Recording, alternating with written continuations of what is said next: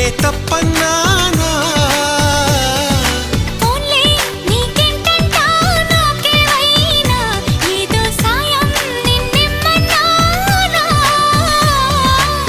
వలపంటే నిప్పు లాంటిది కలకాలం దాచలేనిది సలహా విని ఒప్పుకోవే ఇక